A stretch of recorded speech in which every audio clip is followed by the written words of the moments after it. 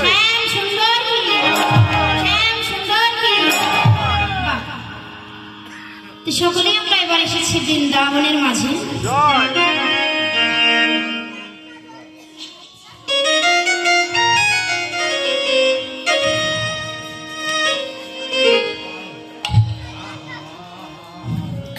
অপরাহ্নকালীন সময়ে ধবলে শ্যামলে ধেনুবাজ শুনিয়ে গোপাল এবার মায়ের ঘরে ফিরবেন, কিন্তু তাদের যে ধেনু বাছুরিগুলো কে কোন বনে যে আছে সেটা কেউ বলতে পারছে না।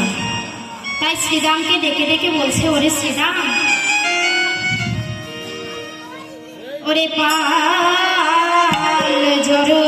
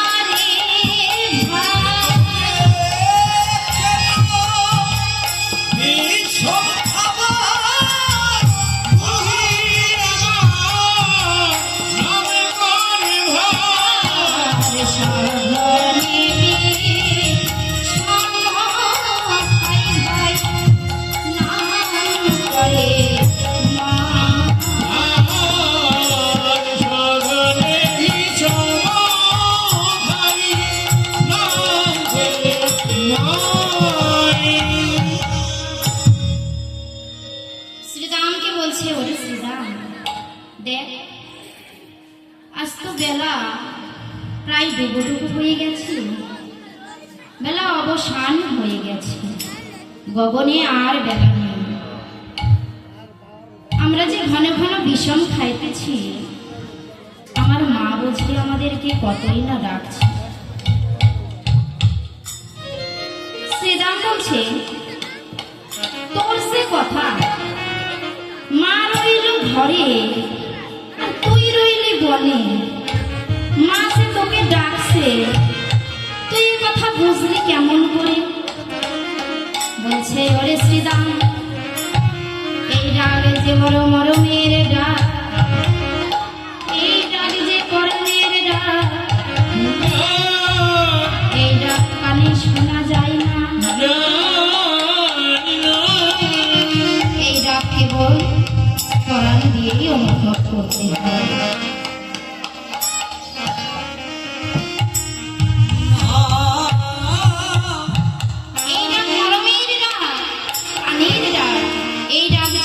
শোনা যায় না, পরাণের ডাক, তাই পরাণ দিয়েই অনুভব করতে হবে। বলছে শ্রী শ্রীদাম বলছে, ওরে কানাই, তুই এমন ভাবে বলছিস, এ জগতে বুঝি তোর একারই মা আছে রে, আমাদের বুঝি মা নেই? আমাদের মা বুঝি আমাকে ভালোবাসে না রে?